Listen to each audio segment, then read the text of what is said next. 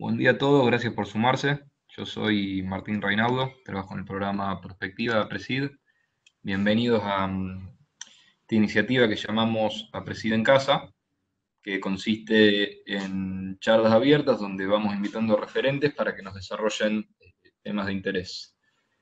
Pueden chequear en las redes de Apresid para conocer, digamos, cuál es el cronograma que está planificado para estas semanas. En esta oportunidad la charla será Balances de carbono del sector rural, estará a cargo de Ernesto Vigliso. Este tema surgió en el marco de los equipos de pensamiento prospectivo de APRESID, en este caso del equipo de ganadería, y estos equipos son básicamente grupos de socios y staff de la institución que fueron formados con el objetivo de generar un ámbito de intercambio y de aprendizaje sobre ciencia y tecnología, donde nazca la mirada de Presid sobre los sistemas de producción del futuro a partir de la experiencia y la participación de sus socios. Como les decía, los mismos están divididos en temática sobre cultivos, ganadería, bioeconomía, y estos tienen reuniones virtuales mensuales con una dinámica muy similar a esta, con menos participantes, lógicamente, y bueno, para acompañar este ciclo de Preside en Casa hemos decidido abrir las reuniones a todo el público. Esta reunión va a tener una duración total de 1 hora aproximadamente, donde el disertante en 40-45 minutos nos va a dar una presentación y luego al final vamos a dejar un espacio de preguntas.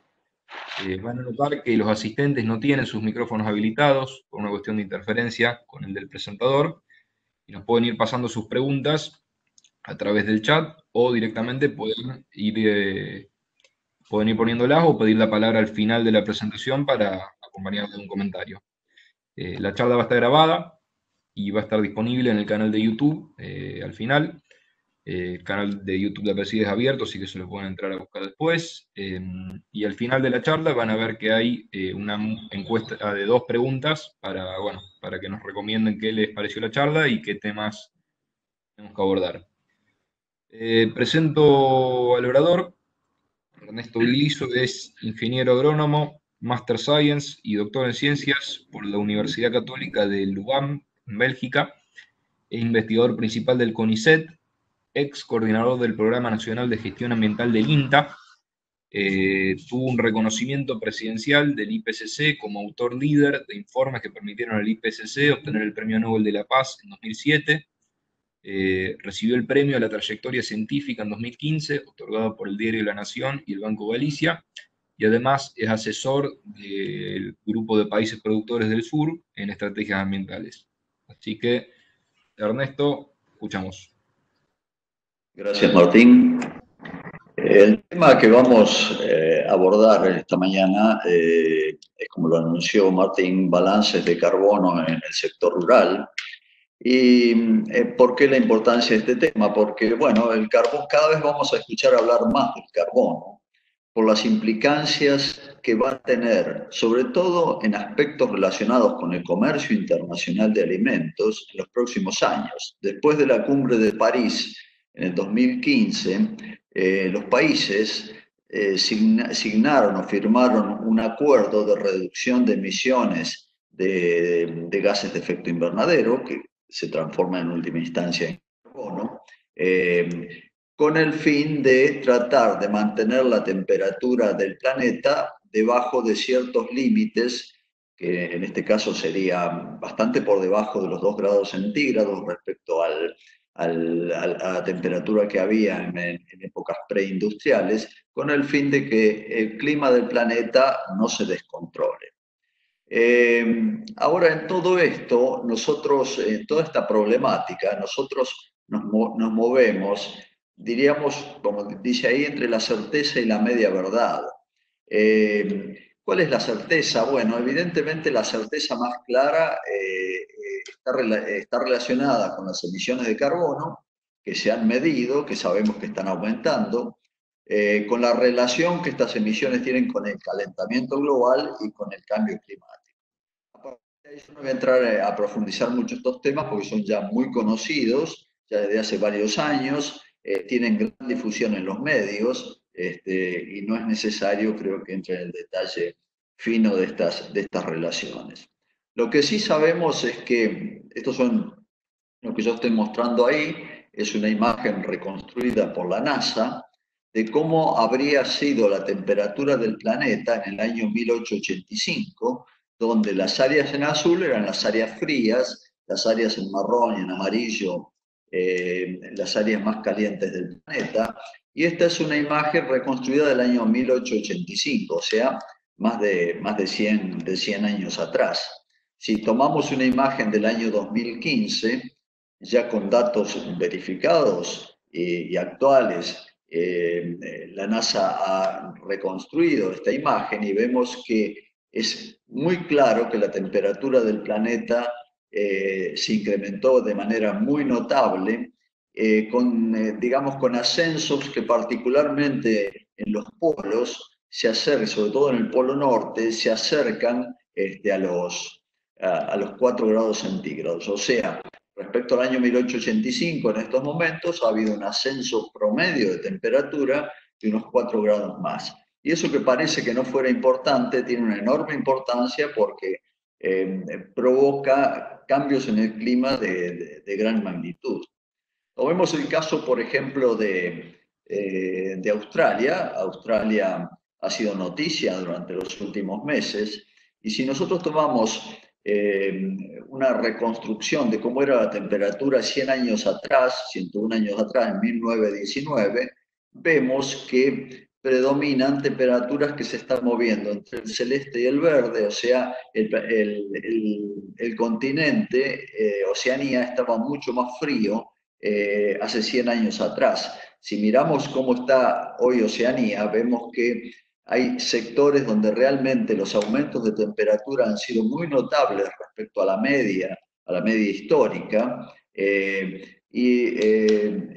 Durante el verano pasado han tenido temperaturas cercanas a los 50 grados durante mucho tiempo, y eso ha determinado que una desestabilización muy importante del clima, un gran desecamiento, altas temperaturas, con lo cual este tipo de imágenes se empezaron a conocer en el mundo, mostrando qué estaba pasando, sobre todo con los bosques y las áreas, digamos, de leñosas en Australia, con pavorosos incendios que evidentemente llamaron la atención de todo el mundo. Las imágenes satelitales tomadas por distintos satélites lo registran. Esta es una composición de imágenes tomadas en un periodo determinado de tiempo, y es claramente se ve como que es un carbón ardiente Australia. Otras imágenes muestran más o menos lo mismo, con puntos de calor muy altos, lo cual nos está indicando cuál fue la verdadera magnitud de los incendios sufridos en Oceanía. Entonces, hoy tenemos, puse el caso de Australia porque es un caso bastante extremo, pero que puede replicarse en otras partes del mundo. Entonces, hoy tenemos, para prevenir estos problemas, tenemos dos grandes desafíos globales. Por un lado, reducir las emisiones, todo lo que podamos. No lo estamos logrando muy bien los humanos, estamos fallando en eso. Y en segundo lugar, capturar y almacenar todo el carbono atmosférico que sea posible almacenar, o sea, meterlo en una caja fuerte, diríamos, principalmente en los suelos, y tratar de que no se mueva de ahí, para evitar que este tipo de accidentes se multipliquen. Eso, digamos, era la realidad, o sea, al problema que nos estamos enfrentando. Ahora, en todo esto también hay medias verdades que vienen dadas por las estadísticas. A veces se miran a los países del cono sur como países que estamos emitiendo demasiado carbono hacia la atmósfera, debido a nuestras explotaciones agropecuarias, a la deforestación asociada a la producción agropecuaria, pero a veces esos números los tenemos que poner en contexto. Si nosotros miramos las tendencias de las emisiones totales de diferentes países entre el año 1990 y 2015, encontramos curvas de este tipo. Vemos en un extremo claramente a la China, que sigue emitiendo y va a seguir emitiendo, y lógicamente ha rebasado al país que históricamente fue el país más emisor de gases de efecto invernadero, que fue Estados Unidos. Estados Unidos creció durante unos años, desde el 1990, pero a partir de ahí ya empieza a mostrar una tendencia declinante en las emisiones totales. Europa claramente la tiene, Rusia también, con algunos altibajos. Y allá a la derecha tenemos el caso de Brasil y Argentina, que son dos países que vienen incrementando sus niveles de emisiones, pero si lo confrontamos a nuestros niveles de emisiones con los del resto del mundo, es evidente que no jugamos en las ligas mayores, o sea, estamos jugando en un equipo de tercera división, porque no influimos para nada. De hecho, el sector agropecuario argentino emite aproximadamente el 0,27% de las emisiones globales del planeta. O sea, no llega siquiera al 1%. Entonces, estos números también los tenemos que conocer, porque si bien debemos admitir que que nuestro sector agropecuario emite y está emitiendo cada vez más por distintas razones, estamos todavía a niveles lejísimos de lo que se emite a nivel global en el planeta. De hecho, la Argentina como un todo, todos los sectores de la economía aportan aproximadamente el 0,60% de las emisiones globales, o sea, menos del 1%. Y el sector agropecuario argentino aporta menos del 0,30%, ese 0,27% que mostró recién, de las emisiones globales del planeta. Entonces, nosotros tenemos que hacer un esfuerzo importante para tratar de reducir las emisiones, tratar de capturar todo el carbono que podamos, pero también tenemos que tener en cuenta, poner las cosas en contexto y saber que nosotros no vamos a cambiar la historia del planeta porque pesamos muy poco en materia de emisiones y secuestro. Ahora bien, preguntamos qué emisiones de carbono tenemos que computar en la producción agropecuaria. Dos son las principales fuentes, el óxido nitroso y el metano. Ahí se concentran fundamentalmente las emisiones del sector agropecuario. Y distintas actividades productivas tienen distinto potencial de emisión. Por ejemplo, si nosotros tomáramos un bovino de carne con una carga animal de un equivalente vaca por hectárea, aproximadamente estamos emitiendo 0,50 toneladas de carbono por hectárea y por año, que proviene, es una conversión, digamos, surge de convertir el óxido nitroso y el metano directamente en carbono. Pero también tenemos otras actividades, por ejemplo, el maíz, que emite únicamente óxido nitroso como elemento principal, con un 0,32 toneladas por hectárea, o sea, 320 kilos. El trigo, 0,19, bastante menos. La soja todavía un poquito menos. O sea, ustedes ya van viendo que la agricultura tiene un potencial de emisión bastante más bajo que la ganadería, con la única excepción del arroz, que por tratarse de un cultivo que se desarrolla en gran parte bajo una cubierta de agua, esa cubierta de agua tiene un potencial de emisión de metano muy alto.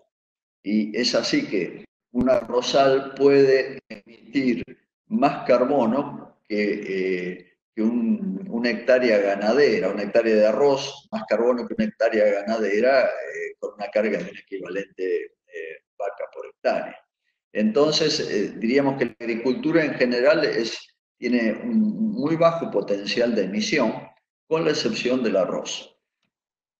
Ahora, distintos animales tienen distinto potencial de emisión de gases de efecto invernadero. Dentro de las actividades agropecuarias, si consideramos vaca lechera, novillo, cerdo, ovinos, encontramos con que hay diferencias muy importantes. Una vaca lechera tiene un potencial de emisión que es 2,5 veces, 3 más que un novillo, por ejemplo.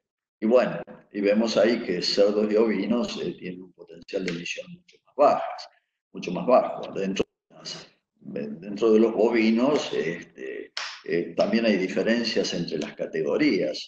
Un toro, una vaca de cría, un novillito, tienen distinto potencial de emisión, y cuando hacemos un cálculo donde integramos todas las categorías de animales en un planteo ganadero, tenemos que diferenciar estos números para poder calcular cómo es la emisión global, por ejemplo, de carbono en un campo. Ahora bien, aquí es donde tenemos uno de los problemas. En general, todos los países de Sudamérica tienen un problema parecido, que son las emisiones por deforestación y quema. Este es un problema importante con el cual nos han puesto, estamos en el foco de la tormenta, y fíjense ustedes que deforestar, por ejemplo, este es un ejemplo, una hectárea de un bosque nativo, por ejemplo, para convertirlo en un campo agrícola, un campo ganadero, la deforestación de esa hectárea implica emitir entre 20 a 30 toneladas de carbono por hectárea. Comparemos esto con la media tonelada de la ganadería, por ejemplo. Entonces, cuando nosotros deforestando y quemando una hectárea de bosque, estamos prácticamente deshaciéndonos del stock o del capital de carbono que había en ese campo. Hoy todo esto se computa en los cálculos y es por eso que los sistemas de producción que aparecen deforestando generan pérdidas de carbono muy importantes que actualmente inclusive están incidiendo en algunos bloqueos comerciales de países compradores de carne, por ejemplo. Argentina, si nosotros analizamos las tendencias de largo plazo en el número de cabezas bovinas, Argentina está estabilizada desde hace muchos años en más o menos el mismo stock de carbono que oscila, stock ganadero que oscila entre 50 y 60 millones de cabezas. Pero el caso de Brasil y Paraguay en particular es muy notable porque desde 1960 hasta la actualidad no ha parado de incrementar su stock, no han parado de incrementar sus stocks de cabezas vacunas, y eso tiene implicancias en las emisiones. Uruguay funciona un poco más a los altos, pero siempre también con una tendencia creciente. Fuentes de la FAO reflejan estas figuras en términos de emisiones, en los millones de toneladas de carbono que emite la Argentina, Brasil, Paraguay y Uruguay, los 4 países del Mercosur, diríamos. Y estas emisiones reflejan exactamente los cambios en los stocks bovinos. Argentina está estabilizada en sus emisiones, mientras que Brasil y Paraguay principalmente siguen aumentando sus emisiones de origen ganadero, y Uruguay también lleva una tendencia creciente, aunque no tan notoria y tan específica como la que muestran Brasil y Paraguay. Respecto a la deforestación, bueno, Argentina sigue deforestando, pero fíjense ustedes que lleva una tendencia decreciente. Estos son datos que surgen de una organización que se llama Global Forest Watch, y una organización internacional que a través de imágenes satelitales y datos estadísticos va reconstruyendo las tasas de deforestación en distintos países del mundo, y vemos que Argentina ha tenido un pico hacia alrededor del año 2008, y después, probablemente debido a la ley de bosques que surgió por esa época, las tasas de deforestación en la Argentina han comenzado a declinar de una manera muy notable, aunque todavía seguimos deforestando. Brasil lleva un comportamiento, venía siendo el mejor alumno de la clase hasta que se desbarrancó alrededor del año 2015, y las tasas de deforestación van en aumento. Paraguay anda ahí con una leve tendencia a estabilizarse y a declinar. Y Uruguay, bueno, en Uruguay esto no es importante porque Uruguay prácticamente no tiene bosques nativos. Estas son todas datos sobre bosques nativos. Ahora bien, ¿qué secuestro potencial de carbono hay en la producción agropecuaria? Hasta ahora nos hemos ocupado de las emisiones, que es en lo que se ocupan fundamentalmente los foros internacionales que analizan estas problemáticas del calentamiento global y del cambio climático.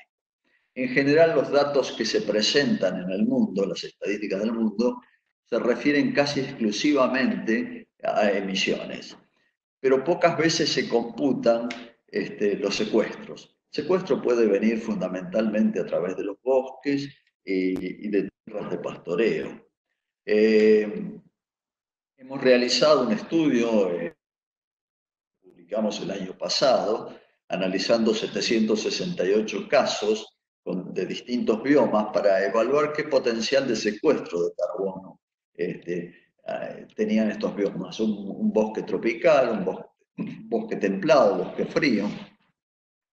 Del cero abajo, esa línea que aparece, indica que están secuestrando carbono. Los valores medios, por ejemplo, de bosque tropical, 151 casos analizados muestran una media de aproximadamente 0,9 toneladas por hectárea de carbono que secuestran los bosques tropicales, un poco menos los templados, menos todavía los bosques fríos, los arbustales tropicales y subtropicales, los templados, las pasturas tropicales y subtropicales, el pastizal templado, pastizal y pasturas fríos, zonas fríos, la estepa arbustizada, o sea, lo que vendría a ser una vegetación muy dispersa y de muy baja productividad, como la que hay en Patagonia, por ejemplo, pero que también tiene un cierto potencial de secuestro muy bajo, pero lo tiene.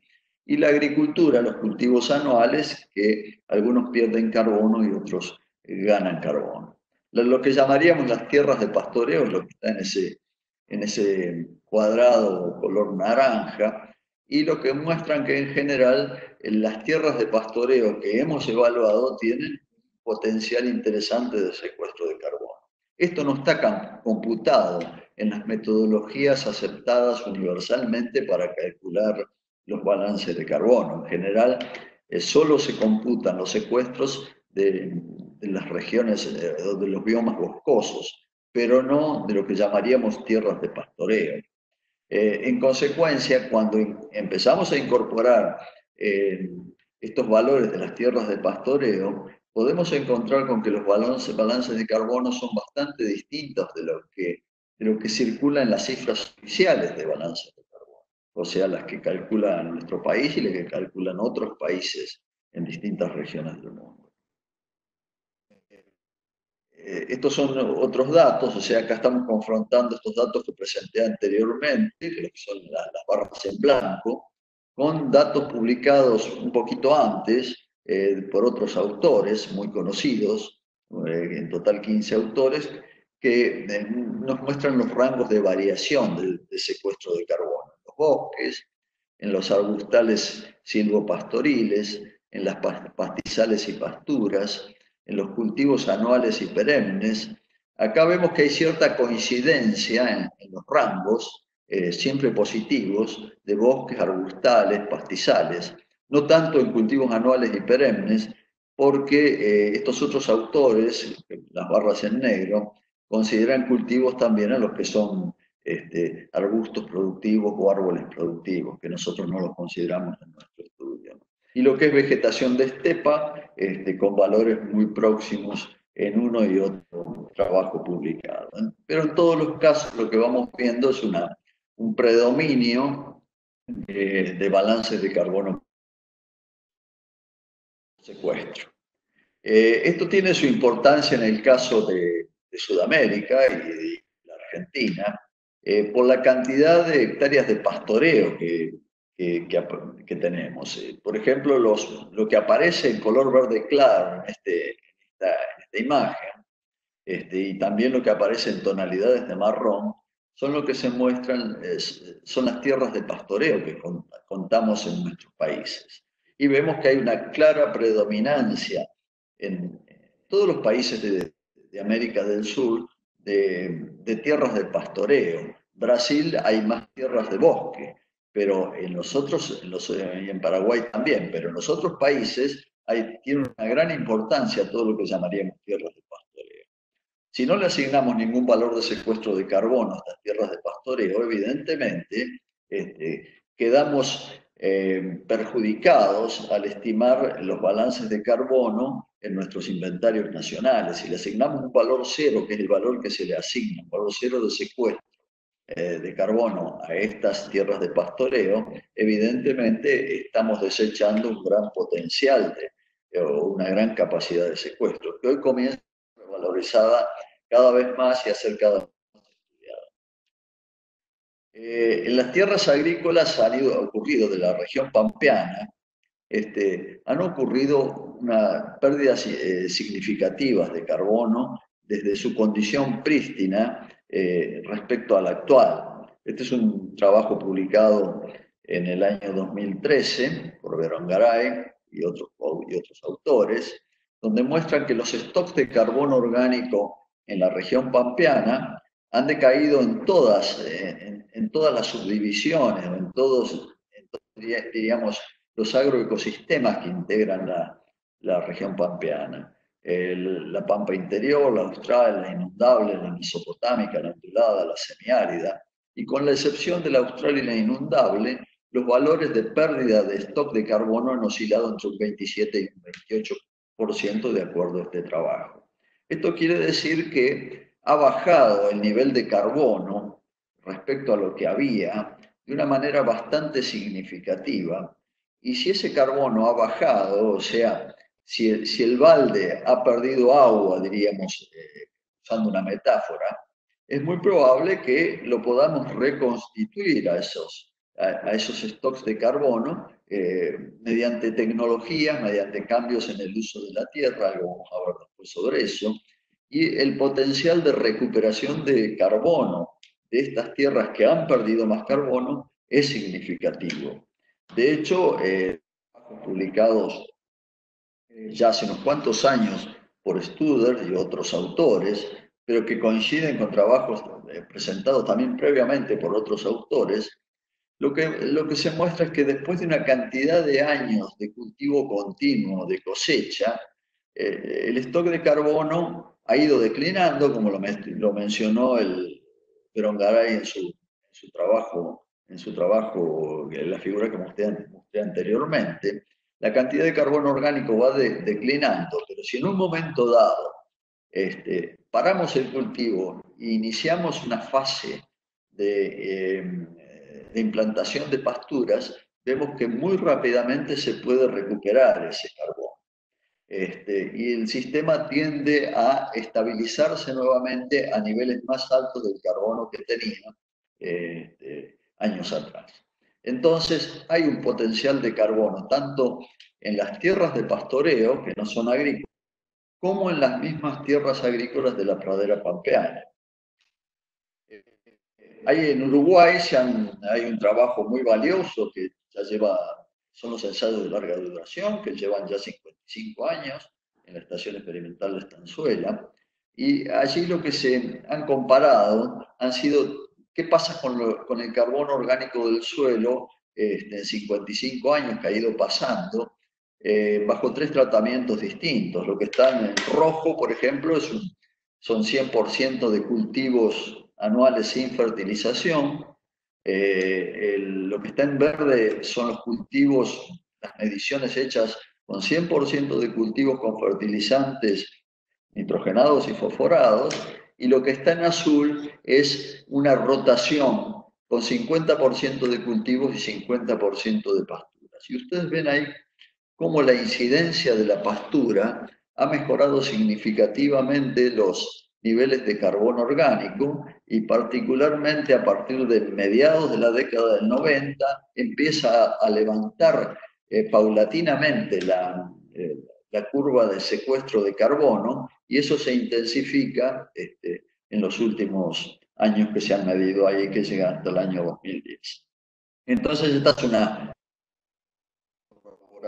más de lo que estoy diciendo de que las tierras de pastoreo tienen un potencial de secuestro que tiene necesariamente que ser mejor evaluado, que está subvaluado en la actualidad. Ahora bien, ¿qué balances de carbono podemos esperar en la producción agropecuaria?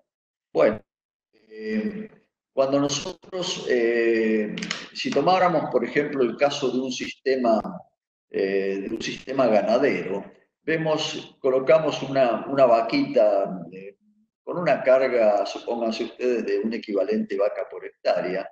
Esa vaquita emite aproximadamente como metano y óxido nitroso unas 0,40 toneladas, o sea, unos 400 kilos de carbono por cabeza y por año.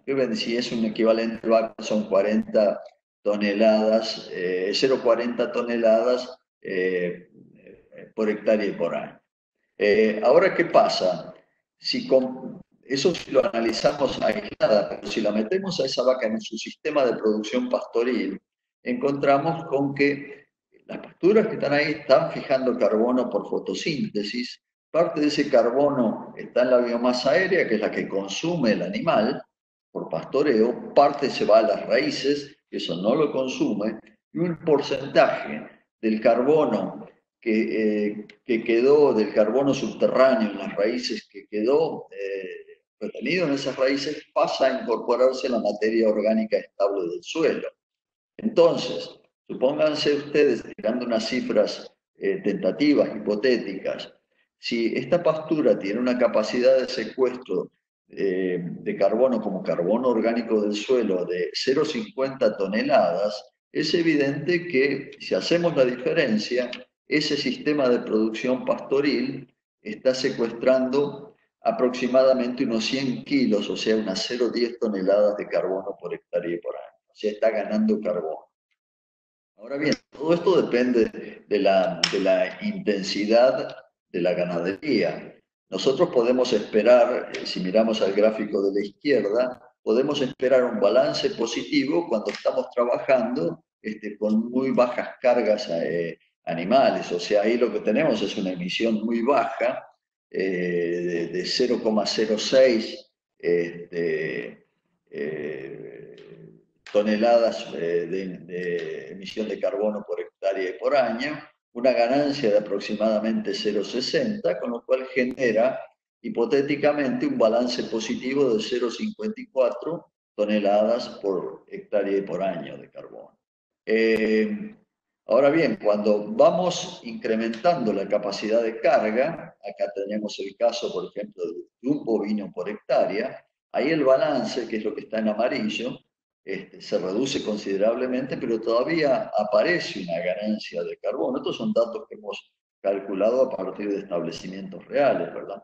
Ahí lo que aparece en estos cálculos es una leve ganancia de carbono, pero si nos vamos a 4 cabezas por hectárea, ya el sistema entra directamente en pérdida y lo que emiten esas 4 cabezas es mayor de lo que pueden secuestrar las pasturas, cual ya entramos en una fase negativa, o sea, un balance negativo del carbono. Y ni hablar en el caso de lo que sería, por ejemplo, un sistema intensivo tipo feedlot, donde ahí directamente no hay secuestro de carbono y es todo emisión.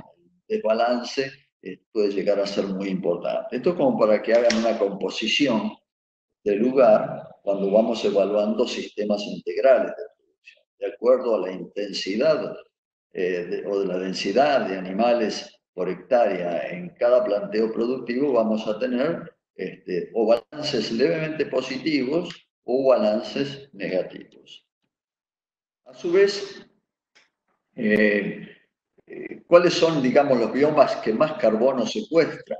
Bueno, evidentemente no son las pasturas, son los bosques, particularmente los bosques de crecimiento rápido, que son, por ejemplo, las plantaciones, eucaliptos, coníferas, álamos. Ahí se pueden generar balances positivos muy significativos. Por ejemplo, estos son datos medios de eucaliptos. Una hectárea de eucalipto puede estar ganando 3,8 toneladas de carbono por hectárea y por año, un poco menos las coníferas, un poco menos los álamos, pero digamos, ese es el bioma en el cual podemos recuperar gran parte del carbono que necesitamos secuestrar.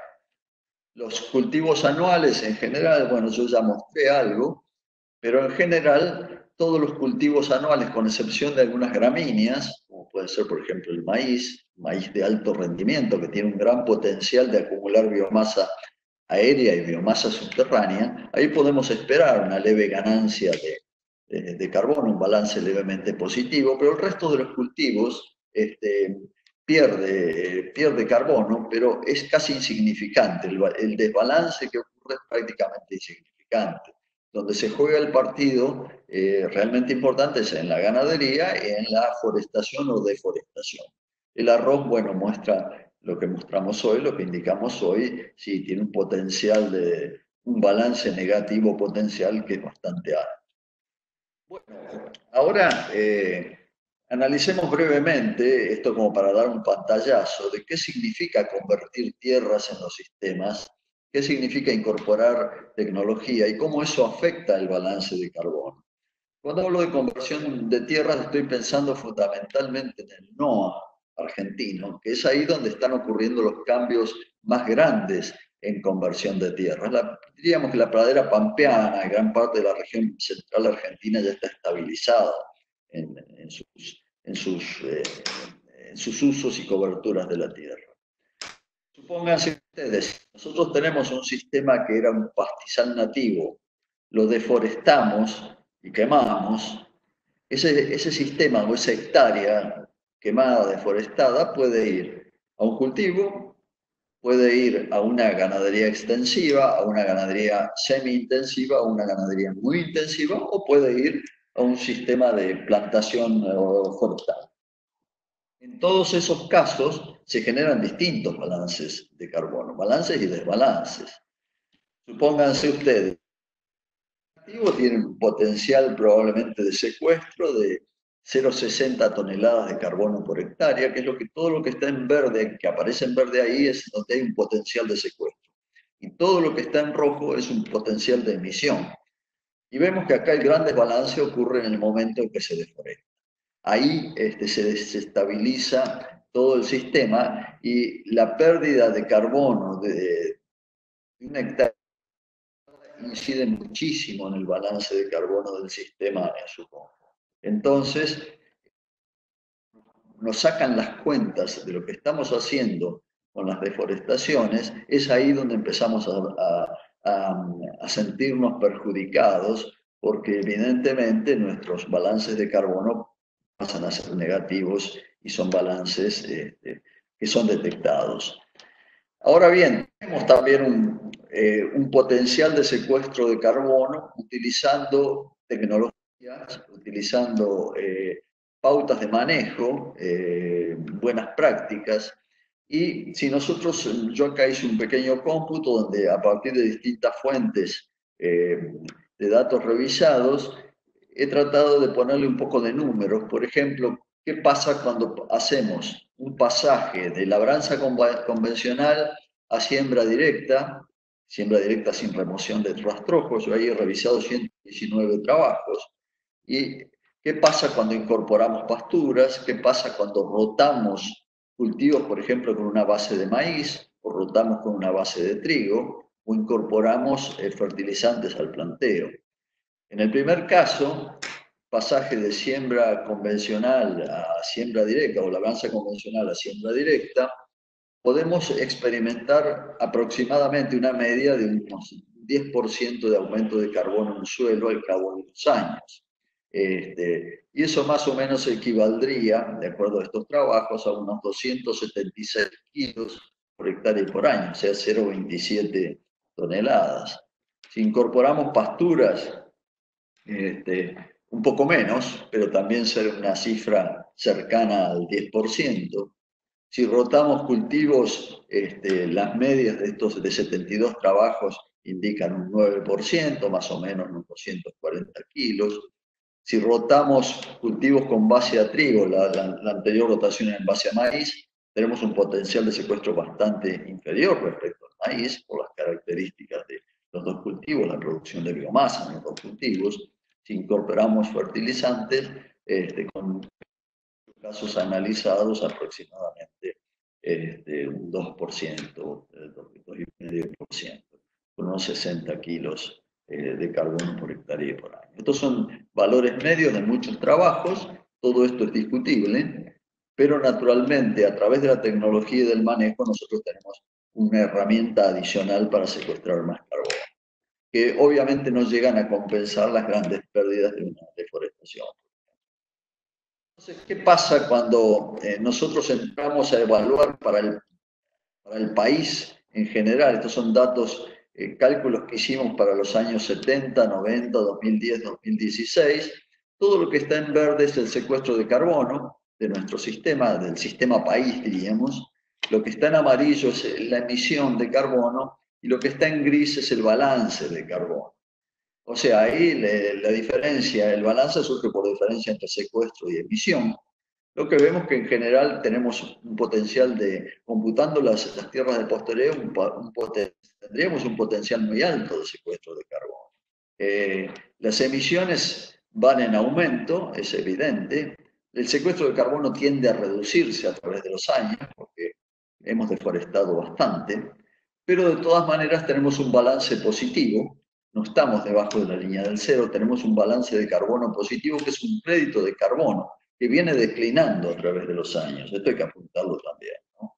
Ahora ese crédito nos sirve para compensar las emisiones de otros sectores de la economía. Supónganse ustedes, lo que está a la izquierda son las barras correspondientes a ese crédito que mencioné en el gráfico anterior, el excedente de carbono. Lo que está en rojo son las emisiones de carbono de origen no rural, o sea, de los otros sectores de la economía, el sector energético, el industrial, el residencial, el vehículo de transporte, etc. Cuando usamos, digamos, buscamos encontrar la diferencia entre ese crédito de carbono que aporta el sector rural y las emisiones de sectores no rurales, encontramos con que en todos los casos estaríamos generando un balance positivo de carbono en el país. O sea, el sector rural estaría en buena medida compensando las pérdidas o las emisiones de otros sectores no rurales. Pero con la particularidad, lo que está en verde que ustedes muestran ahí, es que ese balance va declinando rápidamente a través de las décadas y es muy probable que en 2 décadas más estemos con un balance negativo porque las emisiones del sector, fundamentalmente de los sectores no rurales, seguramente van a ir en incremento. Entonces, como conclusiones, digamos que la contribución de los países y del sector agropecuario al cambio climático global está asignada por tantas verdades como verdades a medias, lo que dijimos al principio. Las verdades se refieren a la evidencia incontrastable de que hay un cambio climático, calentamiento global.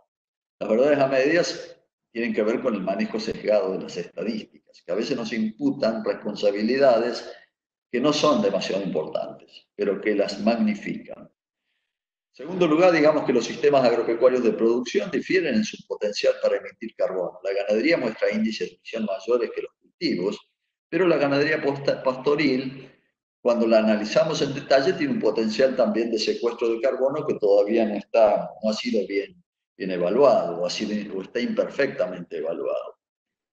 Los cambios en el uso de la tierra son, sin lugar a dudas, son el principal factor que explica las emisiones del sector agropecuario.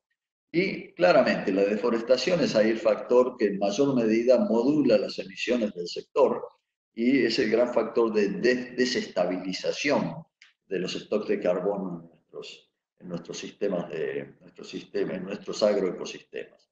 Una deforestación masiva compromete el balance de carbono de una empresa rural por varios años. Si prorrateamos el carbono que se ha ido sumando a través de distintas etapas de deforestación, esa empresa muestra números muy negativos.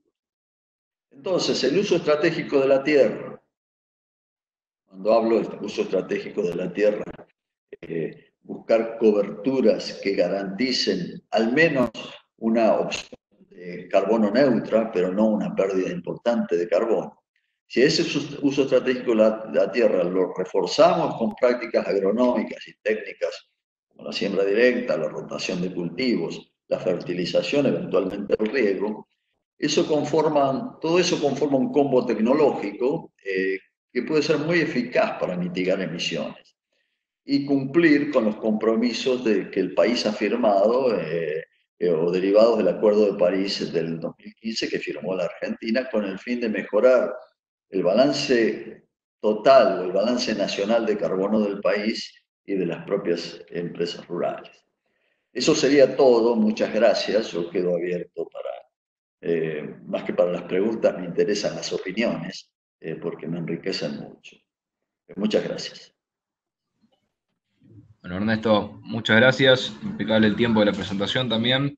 Eh, Arranco con la primera pregunta, una que me anoté yo. Estoy viendo ahí, es la diapositiva número 9, justo la que tenés abierta, sobre el potencial de secuestro de carbono en ese metaanálisis que hicieron. Mi pregunta es, ¿por cuántos años se pueden mantener esos valores de secuestro de carbono por año?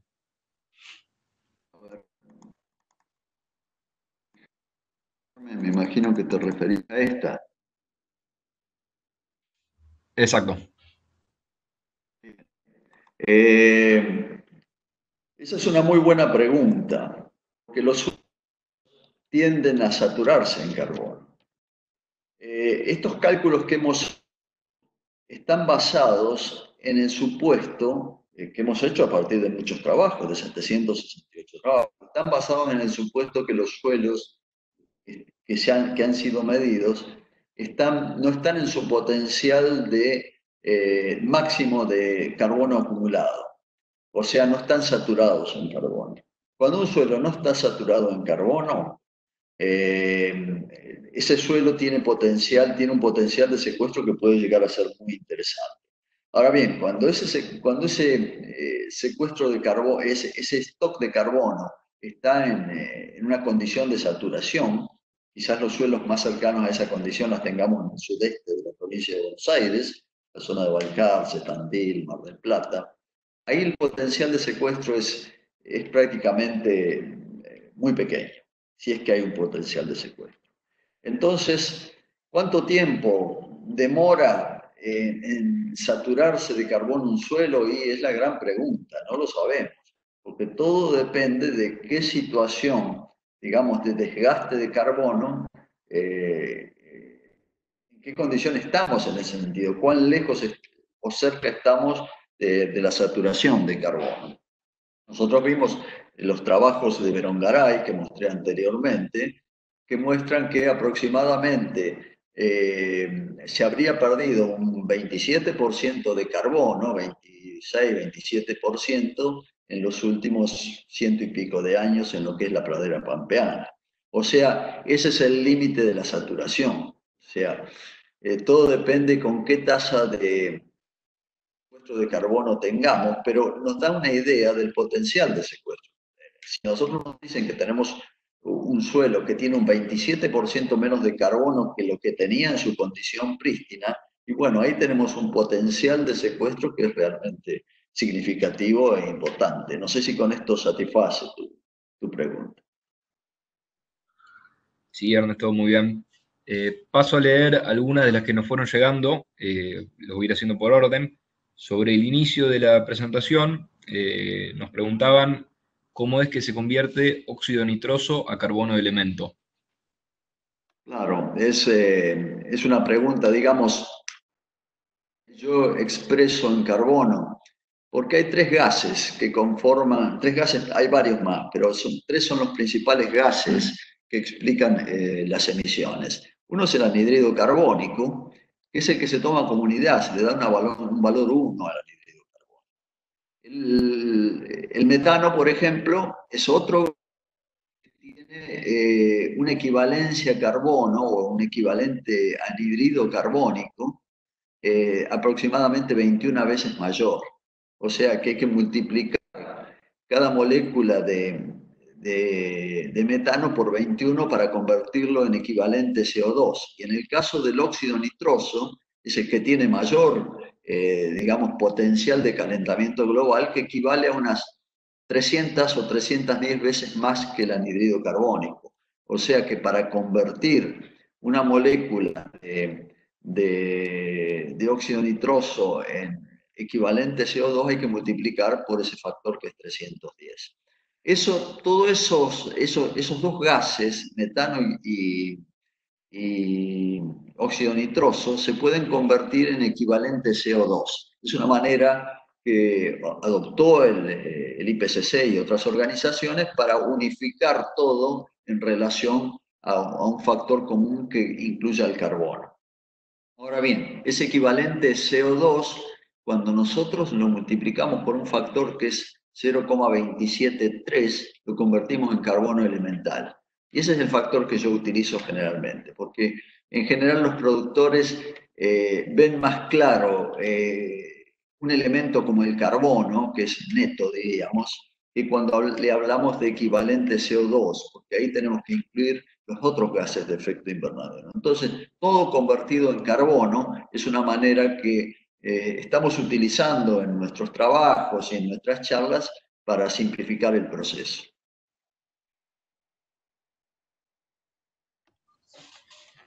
Bien, perfecto.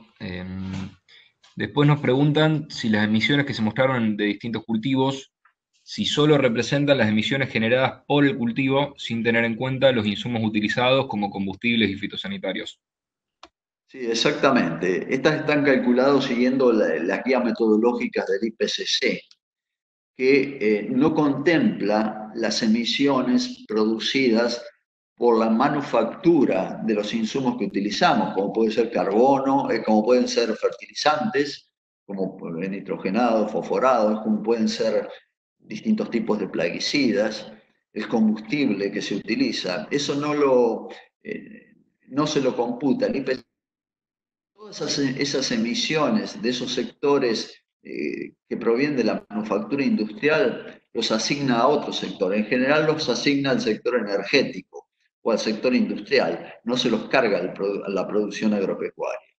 Ahora bien, cuando se calcula la huella de carbono de un producto determinado, por ejemplo la soja o la carne, una tonelada de soja, una tonelada de carne, ahí sí, en lo que es la huella de carbono, que es algo distinto del balance de carbono, en la huella de carbono se empieza a computar las emisiones ocurridas durante la manufactura de los insumos que utiliza el agro.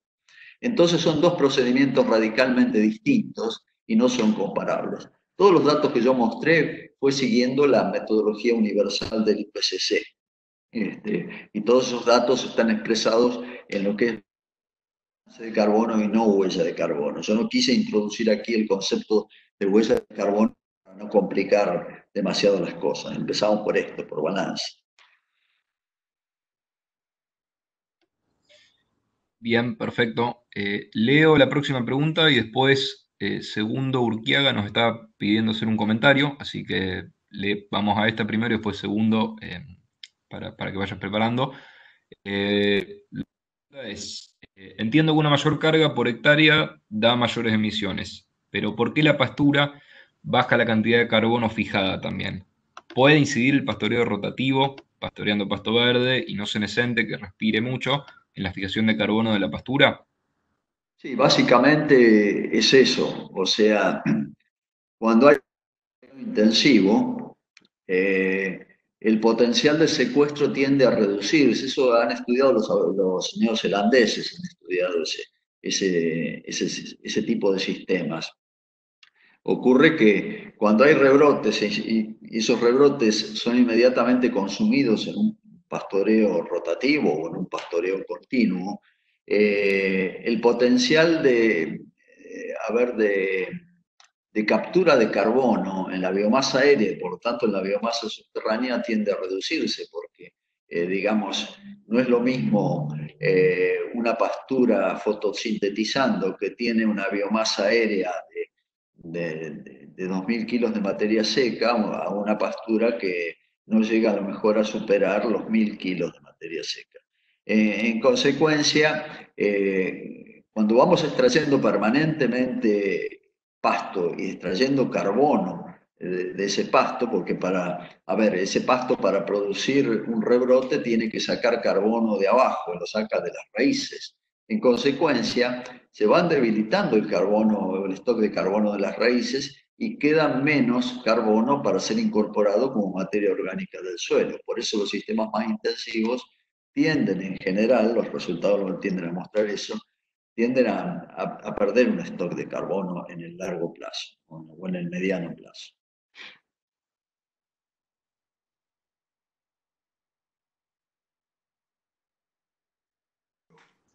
Segundo, Hola, ahí sí hablas, ya te escuchamos, así que ¿me escuchan? dale nomás. ¿Me escuchan? Sí, perfecto. Ok, buenos días a todos. Buenos Al días. conferencista Ernesto Bigliso, felicitaciones y agradecimiento por la brillante presentación de trabajo aquí ahora. Permítame un análisis crítico sobre el tema. Sí, sí. Primeramente, el colega que primera pregunta fue relacionado con el potencial de secuestro de carbono en el suelo. Digamos, el suelo merece una atención especial en el sentido de que él, en condiciones naturales, en su sistema de equilibrio, él está prácticamente saturado de carbono a las condiciones edafoclimáticas donde se encuentra. Ese suelo, el mismo suelo, nosotros tenemos diferentes manejos, podemos caer el carbono en diferentes niveles, el más degradado a menos degradado.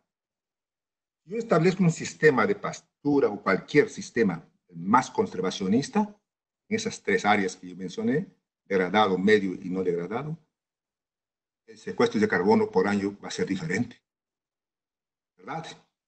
Donde está más degradado, seguramente que el sistema va a secuestrar más carbono, mismo siendo el mismo sistema de manejo. Así es un punto de atención. Ok, no podemos generalizar. Otro asunto. Eso totalmente de acuerdo. Si nosotros queremos aumentar el carbono en el suelo, va a depender de la referencia. Ahora, fundamentalmente, va a depender de nitrógeno. A mí me llama mucho la atención, nosotros tenemos que trabajar cada vez en grupos multidisciplinares para entender todo en su contexto general, global, porque si a pecuaria exporta carne o leche, exporta nitrógeno. O sea, somos exportadores de nitrógeno como elemento. Entonces, el nitrógeno es el que construye humus en el suelo, materia orgánica en el suelo. No puedo construir humus, aumentar carbono en el suelo si no tiene nitrógeno. Sí, tal cual. Hemos hecho pruebas aquí teóricas e inclusive en la práctica hemos colocado bagazo de caña en niveles crecientes. No hemos aumentado nada de carbono orgánico del suelo, hemos aumentado alimento de termites.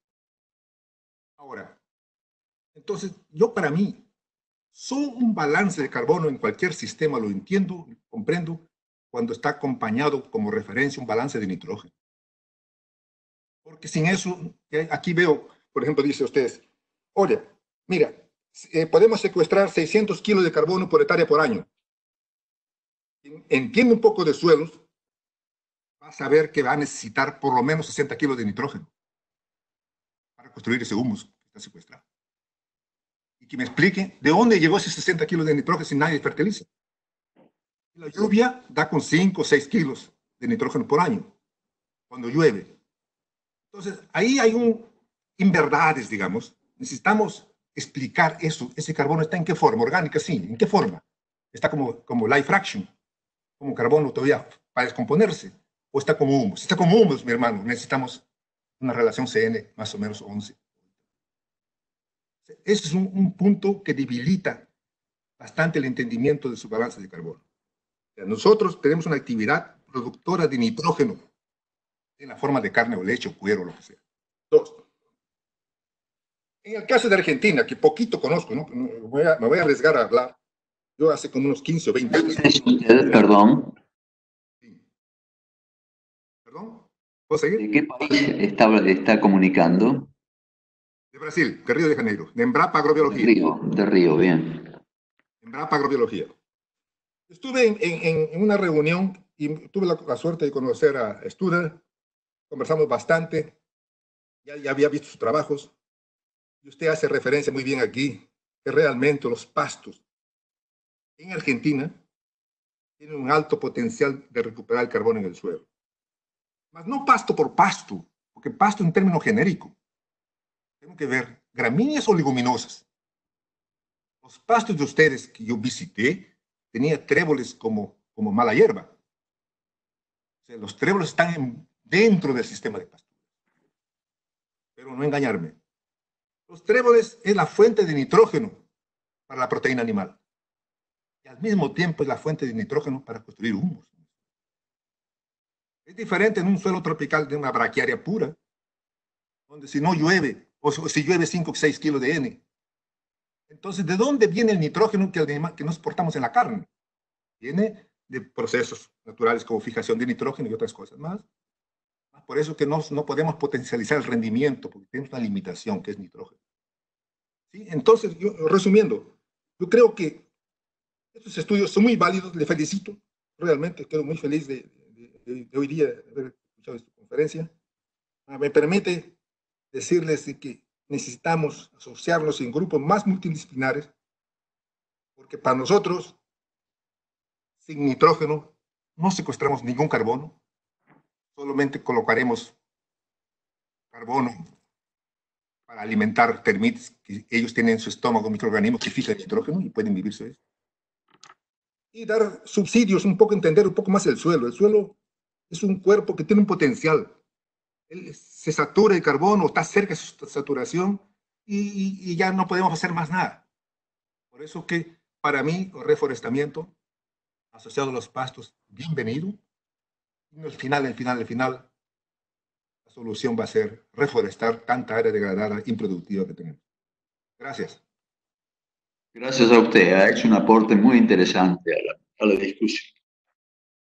Muchas gracias.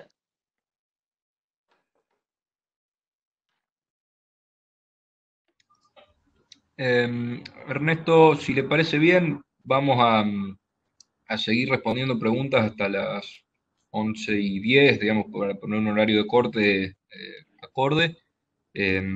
La pregunta que le leo ahora es, aclara, no sé si en algún momento lo dijo, pero además del mayor secuestro de los sistemas de producción continua, ¿existen indicios concretos de acumulación del carbono fijado que se acumula en el suelo? A ver. ¿Me preguntas? No, pero... La pregunta es, si además del mayor secuestro de los sistemas de producción continua, si existen indicios concretos de acumulación del carbono fijado se acumula en el suelo. Bueno, hay muchos trabajos, o sea, que demuestran que un porcentaje de la biomasa en raíces, al cabo de una cantidad de tiempo, que depende mucho de condiciones ambientales, el carbono, digamos, de esas raíces muertas se mineraliza y se incorpora como carbono, como una fracción mucho más estable que sería la de carbono orgánico en el suelo. Bien, Ernesto.